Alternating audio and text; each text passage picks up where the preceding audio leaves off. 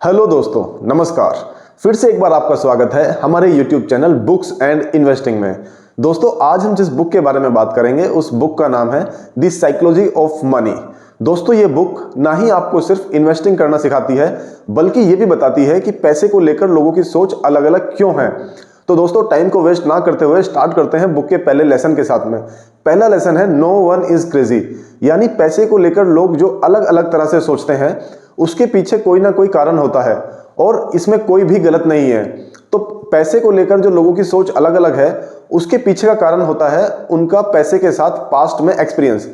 आप मान लीजिए, अगर किसी ने पास्ट में रियल एस्टेट में इन्वेस्टमेंट किया है और उसको बहुत अच्छा रिटर्न मिल चुका है, तो वो अपने पैसे के साथ में फ्यूचर में और प्रेजेंट में भी यही चाहेगा कि उसका इन्वेस्टमेंट रियल एस्टेट में ही हो।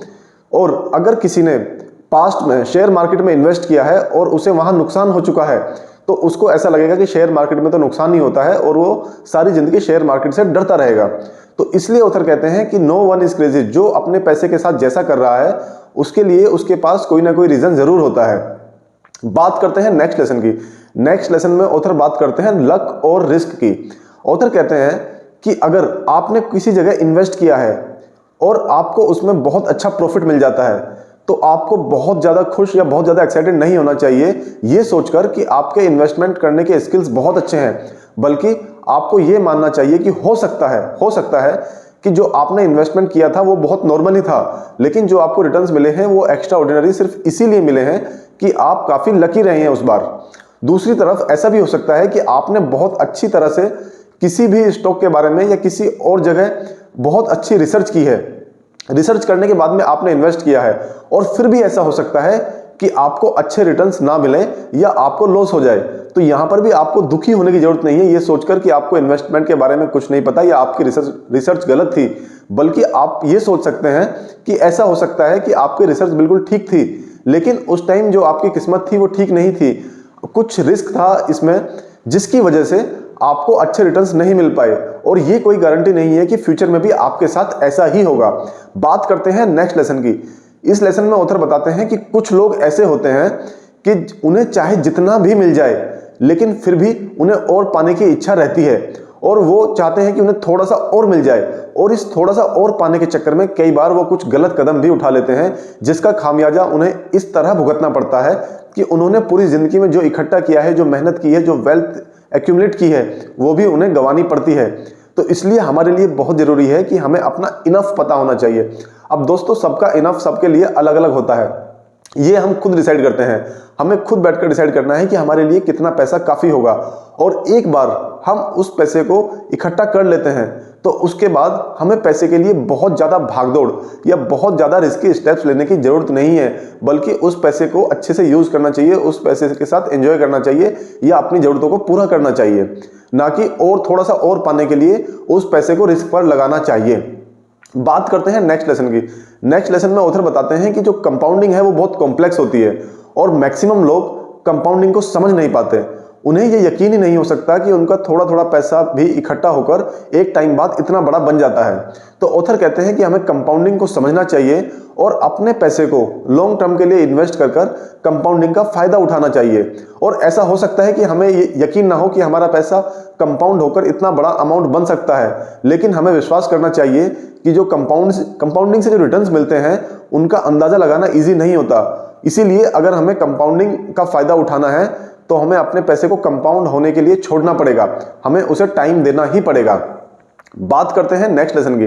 नेक्स्ट लेसन में ऑथर बताते हैं कि अमीर बनना और अमीर बने रहना दोनों बहुत ही अलग अलग चीजें हैं। दोस्तों, एक बार के लिए अमीर कोई भी बन सकता है।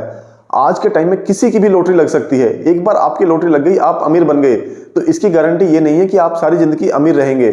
और ये गारंटी क्यों नहीं है? ये गारंटी इसलिए नहीं है क्योंकि सबको पैसा मैनेज करना नहीं आता। हर किसी के पास ये स्किल नहीं होता। जिन लोगों के पास ये स्किल नहीं होता, जो लोग अपने पैसे को मैनेज करना नहीं जानते, वो बहुत सारा पैसा कमाने के बावजूद भी दोबारा गरीब हो जाते हैं। और जिन लोगों को पैसा मैनेज करना आता है उनको दोस्तों किसी लॉटरी की जरूरत नहीं होती। वो अपने पैसे को अच्छे से मैनेज करके बहुत बड़ा अमाउंट इकट्ठा कर लेते हैं। दोस्तों, गरीब होना आपको दुखी कर सकता है, लेकिन उससे भी ज्यादा दुख की बात होती है कि आप गरीब से एक बार अमीर बन जाएं और फिर आप वापस गरीब बने, इससे बुरा कुछ नहीं हो सकता। तो इसलिए जब आपके पास पैसा नहीं है तब भी आपको पैसे को मैनेज करना सीखना चाहिए, ताकि जब भी फ्यूचर में आपके पास पैसा आता है तो आप उसको अच्छे से मैनेज करके ग्रो कर सकते हैं। और आप अगर एक बार अमीर बनते हैं तो आप फिर हमेशा के लिए अमीर बने रह सकते हैं। बात करते हैं नेक्स्ट लेसन की। नेक्स्ट लेसन में ऑथर बताते हैं कि अगर आपको एक अच्छा इन्वेस्टर या सक्सेसफुल इन्वेस्टर बनना है, अगर आपको ज़्यादा रिटर्न्स कमाने हैं या अच्छे रिटर्न्स कमाने हैं, तो आपको हमेशा ठीक होने की ज़रूरत नहीं है। कहने का मतलब है, अगर आपने 10 जगह इन्वेस्ट किया है तो आपको 10 के 10 जगह सही जाने की जरूरत नहीं है। ऐसा नहीं है कि आपके 10 के 10 इन्वेस्टमेंट आपको अच्छा रिटर्न देंगे। ऐसा हो सकता है कि 10 में से आपके 5 इन्वेस्टमेंट डूब जाएं, आपका पैसा उनमें डूब जाए, लेकिन अगर आपके 5 इन्वेस्टमेंट भी आपको बहुत अच्छा रिटर्न दे देते हैं या सही तरह से चल जाते हैं, जैसे आपने सोचा उस तरह से परफॉर्म करते हैं, तो यही आपके लिए काफ़ी होगा। यही आपके पास उतना रिटर्न लेके आ जाएंगे जितना आपने 10 इन्वेस्टमेंट से प्लान किया था। तो इसलिए कभी भी इस चीज़ से निराश ना हो कि आपने 2-3 जगह इन्वेस्ट किया है और आपको 1 या 2 जगह कहीं नुकसान हो गया है। दोस्तों, जो आपका रिटर्न देखा जाता है वो ओवरऑल देखा जाता है। आपने 10 जगह इन्वेस्ट किया, 10 जगह इन्वेस्ट करके आपने 100 रुपये लगाए, फाइनली 10 साल बाद, 5 साल बाद आप उस 100 रुपये को कितना बढ़ा पाए। अब इससे फर्क नहीं पड़ता कि आपका फला स्टॉक आपका नीचे चला गया, फला आपका ऊपर चला गया, आपको ओवरऑल रिटर्न से मतलब है।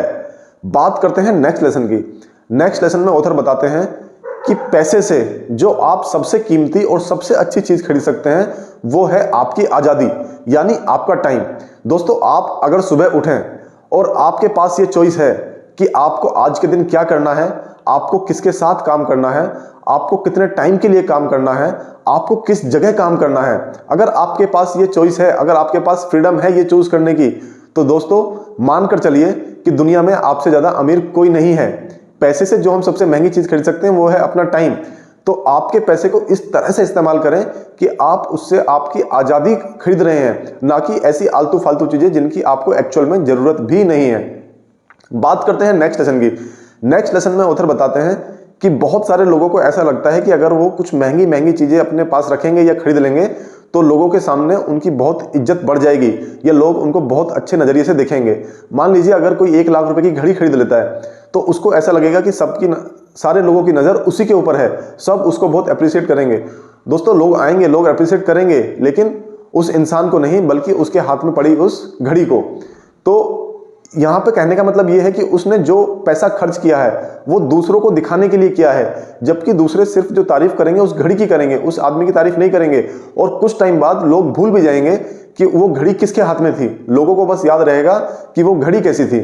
तो अगर आपको सही में घड़ी पहनना अच्छा लगता है, वो घड़ी आपको पसंद है, उस घड़ी से आपको कुछ फायदा हो रहा है, तो वो आपको घड़ी खरीदनी चाहिए। लेकिन अगर आप उस घड़ी को सिर्फ यही सोचकर खरीद रहे हैं कि लोग आकर देखेंगे और आपकी तारीफ करेंगे, तो दोस्तों ये आपकी सबसे बड़ी बेवकूफ़ी है और आप अपने पैसे का बहुत ही गलत इस्तेमाल कर रहे हैं। बात करते हैं नेक्स्ट लेसन की। नेक्स्ट लेसन में ऑथर बोलते हैं कि जो आपकी असली वेल्थ होती है वो पैसा होता है जो आपने अभी तक खर्च नहीं किया। दोस्तों, जैसे अभी हमने एग्जांपल दिया था कि किसी ने 1 लाख की घड़ी खरीदी है। मान लीजिए किसी ने 1 लाख की घड़ी खरीदी है, तो क्या आप अंदाजा लगा सकते हैं उसके पास कितना पैसा होगा? आप ये नहीं कह सकते कि अगर इसके हाथ में 1 लाख की घड़ी है तो इसके पास 1 करोड़ रुपए होंगे, 50 लाख होंगे या 10 करोड़ होंगे, क्योंकि वो घड़ी वो जिसके पास 1 करोड़ रुपए होंगे वो भी खरीद सकता है, या जिसके पास 1 भी रुपया नहीं होगा कोई लोन लेकर भी खरीद सकता है। तो हम इससे अंदाजा नहीं लगा सकते कि वो कितना अमीर है, बल्कि हम इस चीज का अंदाजा जरूर लगा सकते हैं कि उसके पास जितनी भी वेल्थ थी उसने उसमें से 1 लाख रुपए इस घड़ी के पीछे लगा दिए हैं, यानी उसके पास अब उसमें से 1 लाख रुपए कम है। तो ऑथर कहते हैं कि जो असली वेल्थ होती है वो पैसा होता है जो आपने अपने पास रखा हुआ है उन चीजों को खरीदने के लिए जो आपने अभी तक नहीं खरीदी, वो है आपकी असली वेल्थ। और जो असली वेल्थ होती है वो दिखती नहीं है, वो आपको सही टाइम पर काम आती है। बात करते हैं नेक्स्ट लेसन की। नेक्स्ट लेसन में ऑथर बोलते हैं कि आपको आपका पैसा सेव करना चाहिए, क्योंकि सिर्फ यही एक ऐसी चीज है जिसके ऊपर आपका कंट्रोल है। दोस्तों, आप शेयर मार्केट में कितने लंबे टाइम तक इन्वेस्ट कर पाएंगे, आपको कितना रिटर्न मिलेगा, ये चीजें आपके हाथ में नहीं है। आपके हाथ में ये है कि आज आपके पास जो पैसा है आप उसमें से कितना सेव कर पा रहे हैं, सिर्फ ये चीज आपके हाथ में है। तो ऐसी चीजों पर ध्यान ना देकर जो आपके हाथ में नहीं है, बल्कि उस चीज पर ध्यान देना चाहिए जो आपके कंट्रोल में है।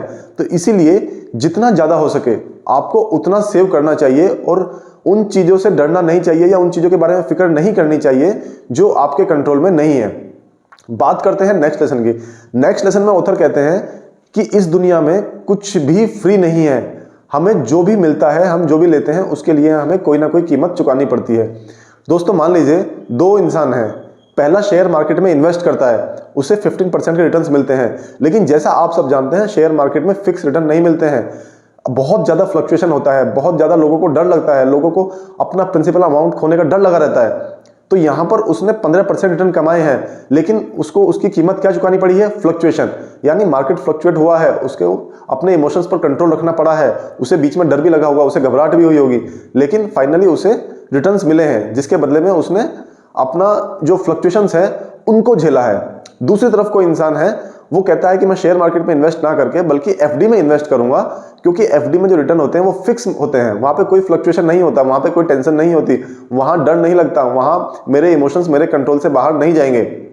तो दोस्तों ये तो है, उसको 7% के 5% या 6% के फिक्स रिटर्न मिल जाएंगे, उसको जो मेंटल पीस है वो भी मिल जाएगी, उसे कोई चिंता नहीं होगी, उसे फ्लक्चुएशंस नहीं देखने पड़ेंगे। लेकिन इन सब चीज़ों की कीमत उसको चुकानी पड़ेगी, और किस रूप में चुकानी पड़ेगी? दोस्तों जो उसको 15% रिटर्न शेयर मार्केट में मिल सकते थे, उसकी जगह उसको सिर्फ 5% रिटर्न मिल रहे हैं एफडी से। तो उसको जो कीमत चुकानी पड़ी है वो चुकानी पड़ी है हर साल 10% के रिटर्न्स की।